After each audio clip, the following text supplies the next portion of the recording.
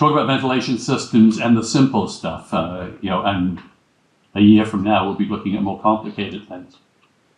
Once again, delighted to have the panel of people who, again, been there, done this, and therefore can share experience. And I want to, again, remind everybody here, you're all part of the panel. So have your own discussions. If you've got things to add that aren't being said, or you've got questions to ask, because that's what brings this to life. And again, we got lunch at the end of this, and you'll have a chance to track down people that you want to talk to. But Alana, looking after the P3 operations at Horton Healthcare Services, for a number of years now, going through how do you actually take, in this case, brand new facilities and get everything out of them that you should, because all of these measures apply to new facilities in almost all cases just as much as to older ones. You heard a little bit earlier from Tanish at North York General. There's a lot of things to like about what North York General is doing, building sustainability into the hospital's strategic plan. That's a huge deal. And how transformational that's been. So at the executive level commitment, but then bringing Tanish in at the time as the energy manager to actually have the resources to get things done. And our friend Jason Poirier, Johnson Controls, responsible, as he mentioned before the break, for some of the most energy efficient hospitals, not only in Ontario, but around the world.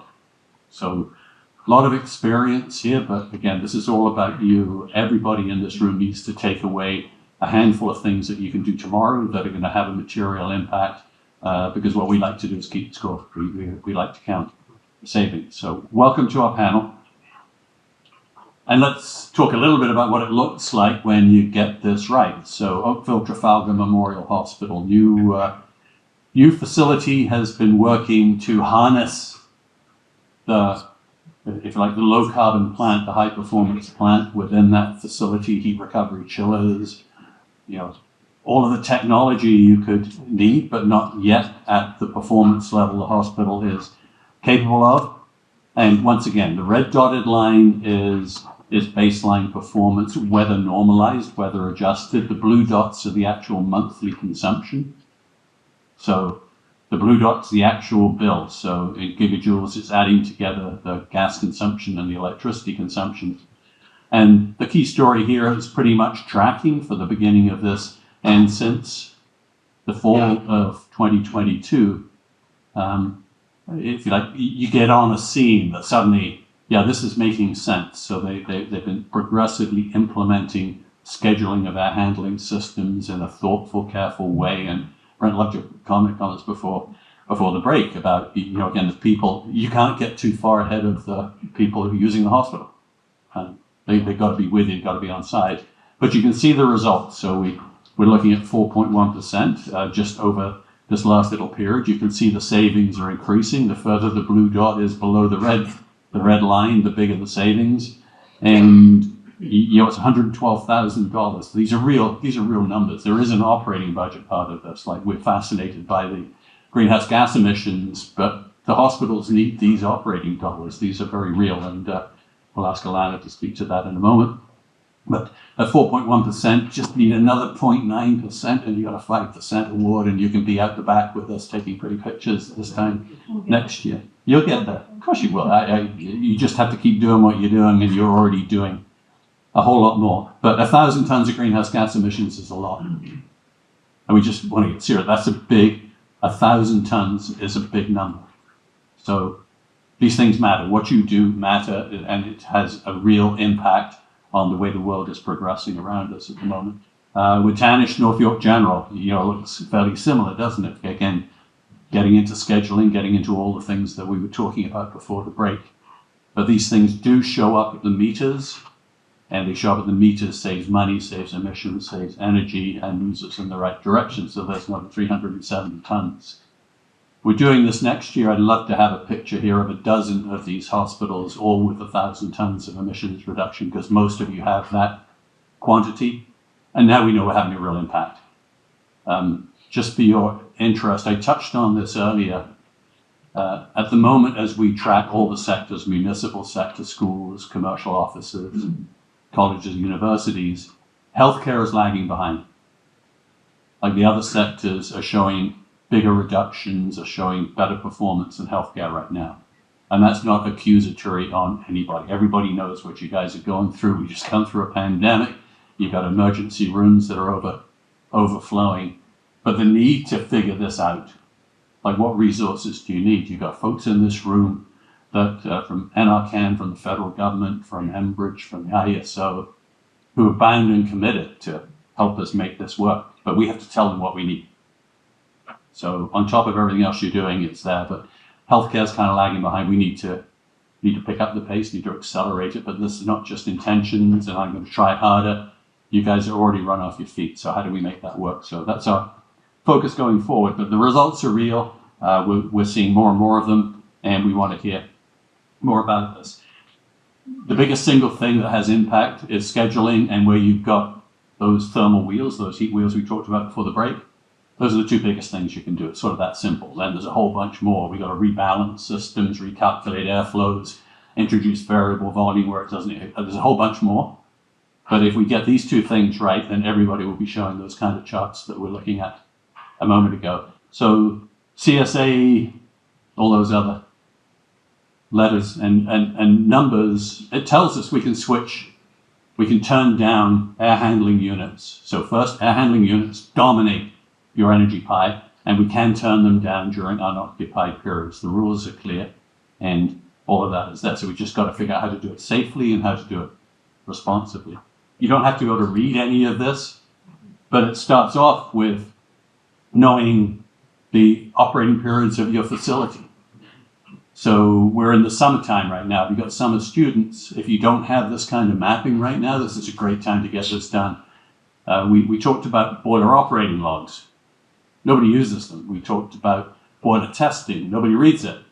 The ability to map your facility documentation is so important, and being able to put this mapping together. Alberta Health Services, you may have seen in previous webinars, they do a fabulous job of this. Every hospital has this all laid out. When we work with them on making improvements, it makes it really, really easy. So this kind of documentation is there, and congratulations, Danish, to North York General having that ready. But this is an investment you have to make. Again, you won't be able to read this, and you don't need to, but it then comes back to every one of the air handling systems is associated with departments and hours of use and functions and needs, and mapping this is profoundly important, because then it's not complicated, is it? You can say, well, that system, we can't shut that system off at all because we've got this little area on it that's running 24/7. But then you could say, well, that little area, there's one duct supplying that area. Could we put a damper in there? So it starts you down the path of saying, if we want to run the air systems as little as possible consistent with safety and health, then you start looking at them from that perspective. Which areas are they serving? How do you turn that down? And I feel I'm preaching to the choir, because most of you have been down this path already. There's Edison was doing this 25 years ago. So all of those things are there. But this idea, you've got to be well documented. The wanted to talk about operating rooms. This one of the big U.S. operators. It doesn't matter who, but we don't name names. But this is standard operating practice, being able to control the incoming air, the leaving air, the pressurization, the occupancy. That's their standard operating practice. They did a survey across more than 100 hospitals and found that not a single one of them was practicing operating room setback. And why not? Because everything's lined up against us. They'll plan to do it. The local consulting engineer, I wouldn't touch that. What if somebody dies on the table? I mean, how many times do you hear that kind of stuff? And if it's not them, it's the testing contractor. If it's not them, it's somebody read something on Google. So things are lined up. So our job is to put the facts together, put the case together, and put that up. And there's ORI and OR ventilation guide up on the Greening Healthcare website, and this is one of our research projects for this year. We'll be inviting you to take part in this kind of thing and inviting our other friends to work through it. But this is one of the other top 5 biggest things. If we get this right across North America, then this is one of the top 5 that really bends that curve, really makes a difference. So any of you that is not doing that right now, is not practicing OR ventilation setback right now, it's time. Get it on the agenda. Start thinking about. But again, Brent, your words are still resonating with me. Do it with the surgical team. The biggest pressure we're getting in this area right now is coming from the clinical side. So is Trillian here, Michael, today? Oh, is there here? Of course, yeah. So Dr. Anita Rao is a terrorist. You're the chief anesthesiologist. Is that however many Greek letters there are in there? Surgical teams want to make a difference. They want to be part of this whole thing. Greening the OR is coming from the clinical side, not from our side. They want to make a difference, but they rely on us collectively to do it safely. So OR ventilation, this is a huge deal. It's the most intensive part of everything that's there, and the rules are simply there on the right-hand side, but the implementation is a lot more complicated than that. So looking at the costs, these are huge numbers in terms of, this is, in Ontario, it's $6 a CFM a year to run an OR ventilation system. In Calgary, it's $3.38. They use more energy, but it's cheaper. Monitoring and verification is a huge deal. Again, all I'm doing right now is setting the stage because we're going to get into the serious stuff in a moment. So the what is not very complicated. Like what we have to do is very clear. How to get it done, that's a lot harder. This idea of monitoring. This, I think, again, is North York General. Is this yours, Tanish? Okay. It's, I believe it is. But you see the OR, the fan speed at the top running at 100% during the days and dropping way down to 70% at night. That's what you look for. So, again, going back to Brent's comments, we want to get things better connected. We want more visibility coming through the building automation system. This stuff matters. And we know the winners when we meet with a facility manager or facility director, and we ask about how's the OR running, and they can just quickly call it up on the screen on the desk and say, we're fine. Because that's the level of awareness, that's the level of monitoring, that's the level of connection that is needed. So BAS, big player, we'll be coming back to this. So here are best practices and this is for all our ventilation best practices.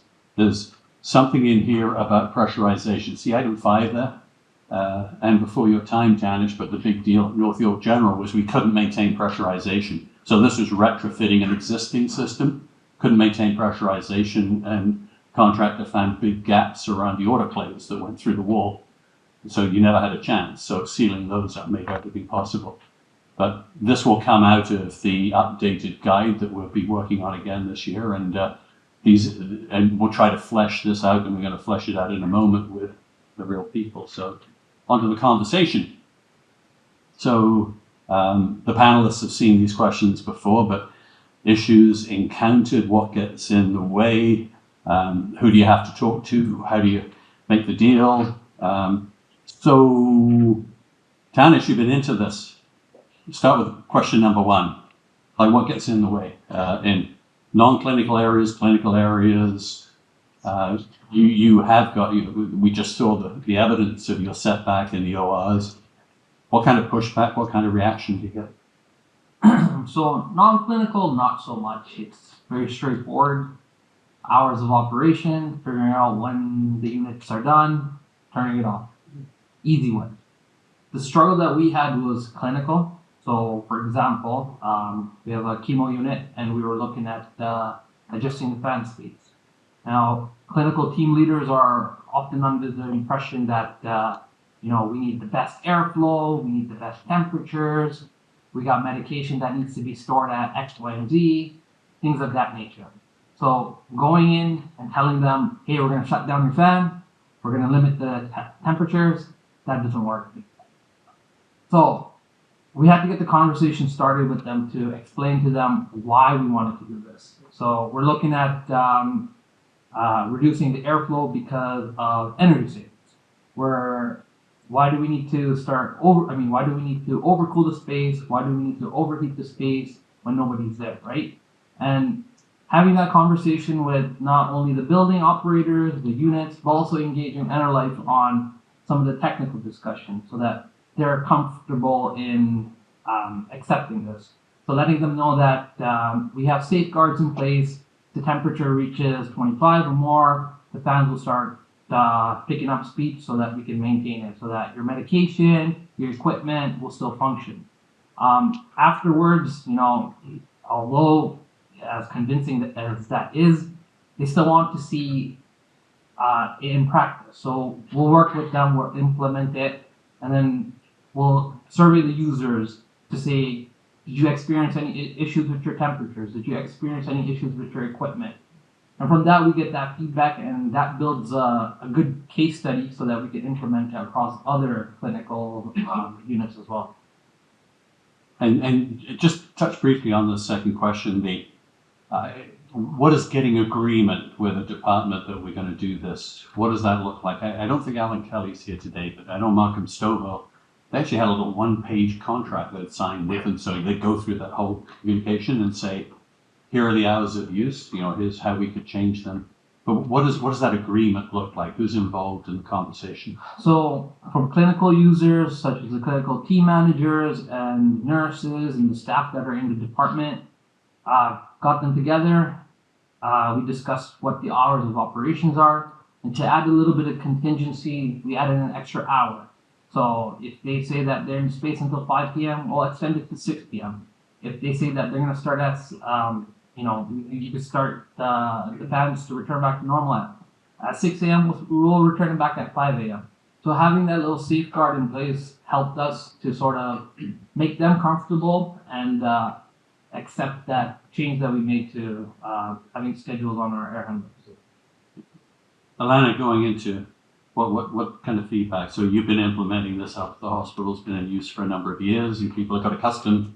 I can come in on Sunday, everything's cool. This is great. What does it look like now? What kind of feedback have you had? The feedback has been pretty good. So the setbacks are implemented in areas obviously that shut down at night.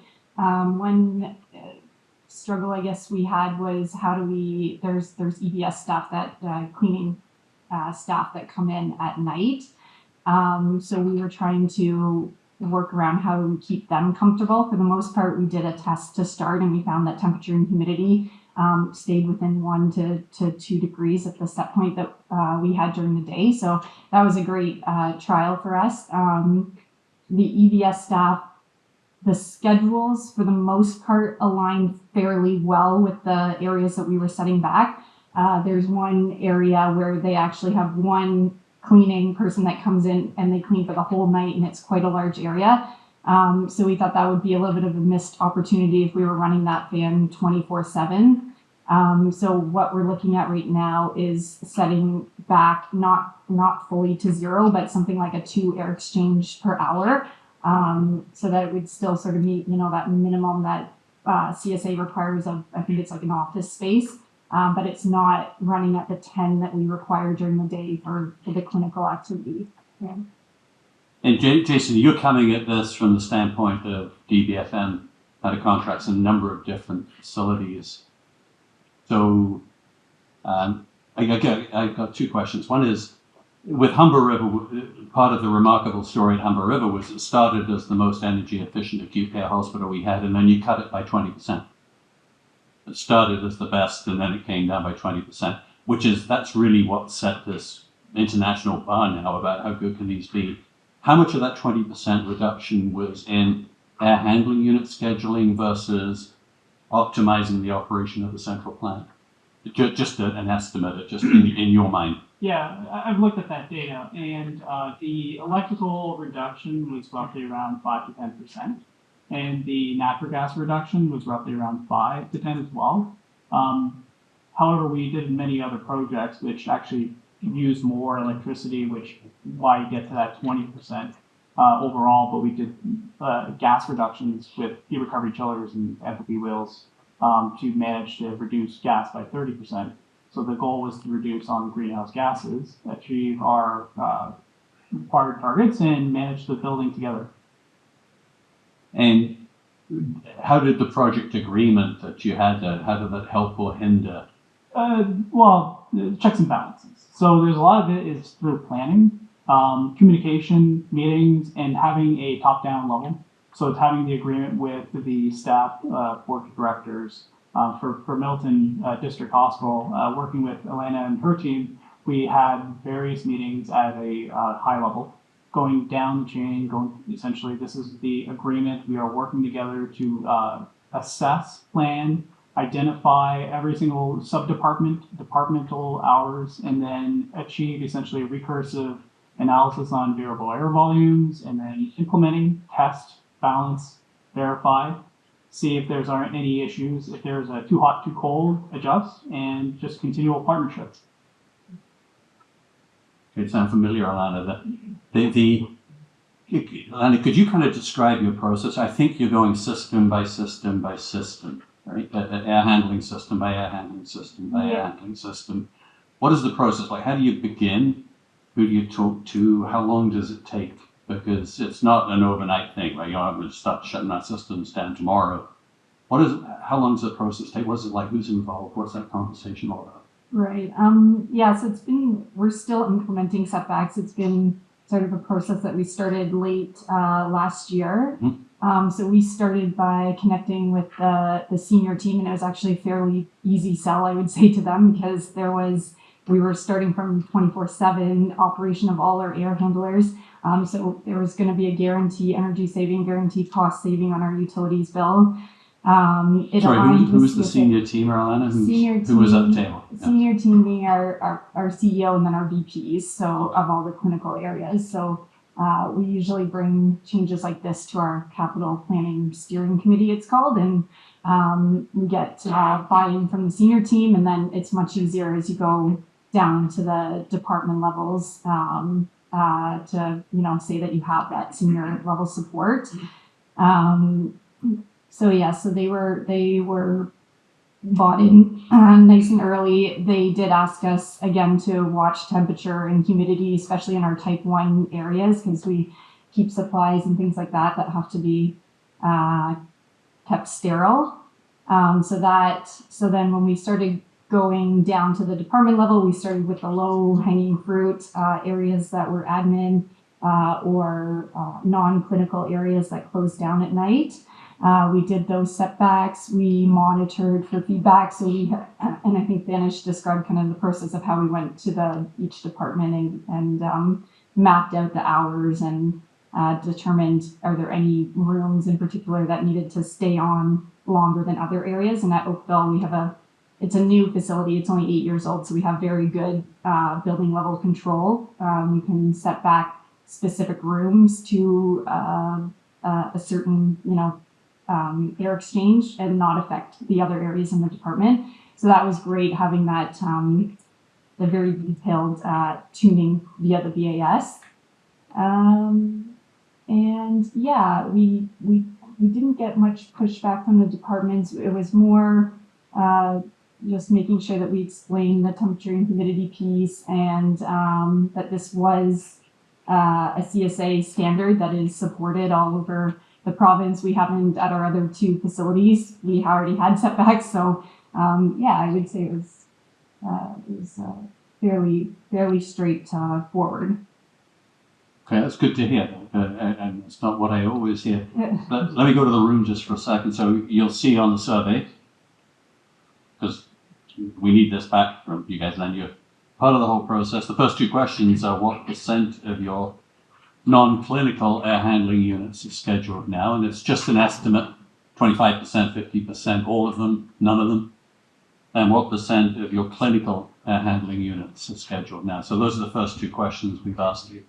Everybody, so what should be in your minds is the third question, which is, do you plan to extend scheduling further in coming year? So those big questions. So with those questions in mind, what are the and presumably then in your heads it's saying, who would I have to talk to? Like, what would the reaction be? What's going to get in the way? Because healthcare is not always a high-risk environment. I'm going to take a chance, damn the torpedoes, what could possibly go wrong? It doesn't always work that way, does it? So when you're thinking that within the next few years you're going to have to be scheduling to the greatest, you have to get to all the scheduling you can be doing because the world is coming against you. what are some of the issues that you have in mind right now that with folks that are in the middle of this at the moment you'd like to ask them? I'm not going to say it.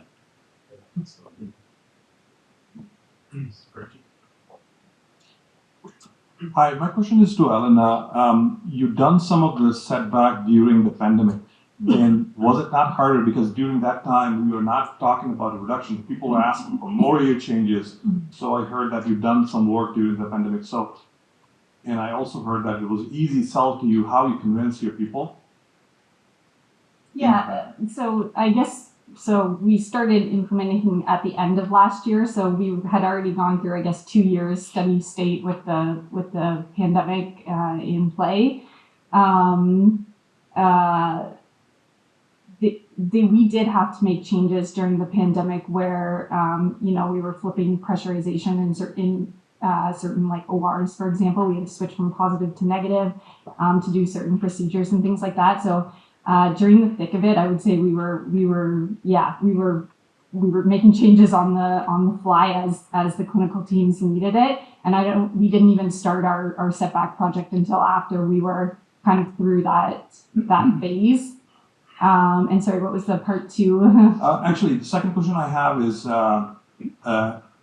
do you do setback in the inpatient area too, or just the clinical area? When I'm talking about the inpatient area where patient reside, do you do the setback on those areas too? No, not right now. So all of our inpatient floors are 24/7. We have we have certain floors in one of our blocks that are fully outpatient. So those are the areas that we're able to do the shutdowns after they're finished occupying and doing clinical activities. And then there are a couple areas like in mental health, we have a full block that's admin. So we're able to section out that block and do setbacks just for the admin area, but leave the inpatient mental health fully operational. So no, in anywhere where we have patients all the time or staff working all the time, we have kept those 24/7 for now. There may be additional opportunities that we can look at as we go forward, but I think right now we've set back about 5. We have 23 air handlers. We set back 5 completely. They service areas that fully shut down. And then we've identified another 6 that have partial areas that we can shut down. So those are what we're working through now. And then we may have certain areas in the inpatient area where we can shut down certain rooms. But again, that would maybe be like a next year or into the future if we see enough of an opportunity or enough of a payback that would be kind of worth it. But it's so like right now, the number of patients that we have right now, feels like we're bursting at the seams. So even certain rooms that weren't meant to be patient care are being used as patient care. So we constantly have to be in communication with our departments to make sure that they have what they need for the air handling units. Yeah. Thank you. Let me pick up on that one if I may. So when we talk about scheduling, it's a journey, right? Generally, your hospitals weren't necessarily zoned or configured with the right airflow control devices that you can do exactly what you want. But the end game here is exactly what you're saying. Actually, you often ask the best questions is how do we maximize this? So first you optimize, then you maximize. So Tanis, if I could just pick up on you. Wait, one more. What? Can I finish my question first? Not a problem. Eddie, I want to hear from you too, but just thinking about floors 7 and 8, I don't know if it's still running that way, but when you renovated those floors, you did, and the patient floors, like and we presented this as a case study 2 or 3 years ago, it was easy to find 20% of the space on those patient floors that weren't in use during the night, and those systems do scale back even though they're patient floors. So are you aware if that's still running that way? No, I'm not. I'm not aware of that. So it'd be interesting to know, but the idea, it's a journey. Eddie, sorry. Okay. No problem. Thank you. Quick question about the actual temperature setback implementation. Are you changing just a few degrees, or are you changing the air changes per hour? are you shutting down that area of that AHU completely? Can you provide some a little bit more detail? Yeah, I'll help out with that one. In my experience through all the hospitals, setting back is very difficult. You have to get back to temperature within a certain required amount of time, and the energy savings typically don't generally materialize because of the over excess afterwards to reheat or recool towards the air handling units for the setbacks. There are certain setbacks that you can do for the equipment that does shut off to the non-clinical spaces. But generally, if it's going to a clinical space that goes to unoccupied, it's generally a good idea to keep the same temperature and humidity. Especially for the classification requirements for reporting for type 1, 2, and 3, right? For P3s, we have a lot of reporting requirements that we provide with our colleagues here. And we do this monthly, so by resetting, it's very difficult. Sorry, a question. When you say partially we control the ventilation system in the certain areas, so how did you control it? Do you put the zone dampers or you reduce the speed of the VFD? How we control partially? I'll explain on my sites, and then I think Danish has his own different experience, which would be beneficial. The sites that I have are mainly very new in terms of they're about 10 years or less in terms of age. So the infrastructure itself has a lot of variable air volumes and constant air volume boxes, and as well as zone dampers and everything that comes in terms of the transportation of energy, of heat, cool, humidity, and air exchanges is through VFDs on the systems. A lot of it is through pressure, through looking, through scheduling. So when I worked a lot during the construction side and now in the operations, is reviewing with the sub-departmental areas that are going to be implemented during coordination. And you can do this in an operational hospital, coordinate essentially where the departments are going to be in sub-departments. So for example, DI might not only be all DI. You want to have mammography that's different from radiology, which is different from X-ray and different from CT and MRI, right? So those areas have different hours of operation. Technically, you could put appropriate VAVs, put appropriate zone damper control, and modulate based on those operating hours. And that would help essentially to design. In the existing hospital, obviously, there are challenges, right? Yeah, so for us, we would reduce the fan speeds of the motors. If it's operating at 90%, we'll bring it down to 70%. The minute it hits a certain temperature, for example, 25 degrees, we'll start ramping up the speed of the motors to start circulating more air so that we could continue to meet that set point during the unoccupied hours. Tim, you had a question? Yeah. You guys spoke mostly about using scheduling. Do you ever use occupancy sensors for our hospitals? The ORs are there's only 2, and they're always get be used in an emergency. So that was one question. And then, did you manage? Is it all with fan control, or do you manage intake louvers and reducing your fresh air so that you're doing more recirc and not having to put as much energy in the winter? Including it in the summer. Yeah, good question. Generally, we manage the air system louvers per the requirements of our contracts and CSA and whatever may be stated. So we manage to the bare minimum all the time to the requirements. We don't try to do excess. We don't do demand control ventilation because we have come to this understanding that enthalpy wheels and controlling spaces is much more efficient for our building systems than to do demand control ventilation, especially if you have heat recovery chillers that you can make use of the excess cooling load for your building to offset natural gas. It's one item to look into. As for occupancy sensors, we're working with Halton Health to implement a solution for operating rooms, which does include occupancy sensors, a whole control, scheduling system control, and in order to allow for the recursive information to be delivered to the clinical staff, to say that it is in compliance and that we are achieving the 20 air changes per hour during occupied sense. And when it is in unoccupied, we have that recursive green light, for example, to say everything is okay. You are prepared to go into operations right now because we are in compliance for the CSA. So we're working on that solution, and we're working with multiple healthcare partners right now. Let's use our last 5 minutes to take that segue from you, Tim, which is getting into OR ventilation, and I know, so OR ventilation setback, it's a scary subject. Edison here at Sick Kids was doing this again 20 years ago, and I remember you and Fred Gavan had your traveling roadshow that would tell people how it's done. So, but it's still cause of anxiety. The idea of occupancy sensors and maintaining pressure differentials and testing. Tannish North York General is one of the few that's actually retrofitted systems with the damper capability to be able to do those things. And I think a couple of people in this room were involved at the time. Modern Niagara was doing the work. It was messy work, and there were limitations on how much you could do because of ceiling access and where do you put the dampers. And in the end, I think you grouped. You had 2 or 3 ORs that if one of them was running, they all had to run, but so it wasn't the perfect solution. And then I want to come back with new design, Jason, in a moment. But how well is that working? So, because we just saw a moment ago, it is still working. That was the airflow going up and down. This is a retrofit into an existing hospital, which is feasible.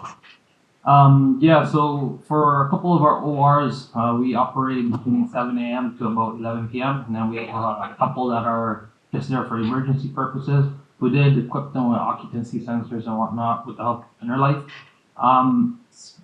Some of the challenges that we had was when we're cleaning the ORs and whatnot, EVS would be coming in, they'd leave the door open, so the unit would be thinking that it's in operational mode, so then it's just running throughout the whole night. Mhm. And because of that, there were some issues and headaches with the operators where it would be running, so they would have to readjust it, turn it off, and whatnot. So part of I'm just probably going to jump to the next question with what's next with your facility after initial success. We're working with Enerlife on recommissioning that and sort of implementing some of the standards and questions that we need to ensure that all parties are involved with, including EVS, so that we don't run into issues like that, and the OR team and the doctors and whatnot. Question over here. We have been hearing that we are putting a setback during unoccupied space or after hours. How do you maintain the static pressure of your building when 50%, 60% of your ventilation system is down? Jason? Yeah, sure. That's a really good question. That comes down to when you're doing that type of balancing, you have to do a system-wide balancing to verify that it is maintaining the pressurization of the building. If you're turning off a unit, for example, if I'm looking at the food services, food services has a dishwasher vent exhaust and hood exhaust and everything. If I'm shutting all those systems off, it creates a different pressurization to the whole building. So within the unit itself, air handling unit, usually we have differential pressure sensors that goes into that area. Also for the ventilation system, locally and 2/3 duct down. Instrumentation is key in order to manage the unoccupied airflows and pressurization. Otherwise, you could have that heat island stack effect, right? That could occur. Where you're just essentially venting heat and cooling outside, which is what you want to avoid.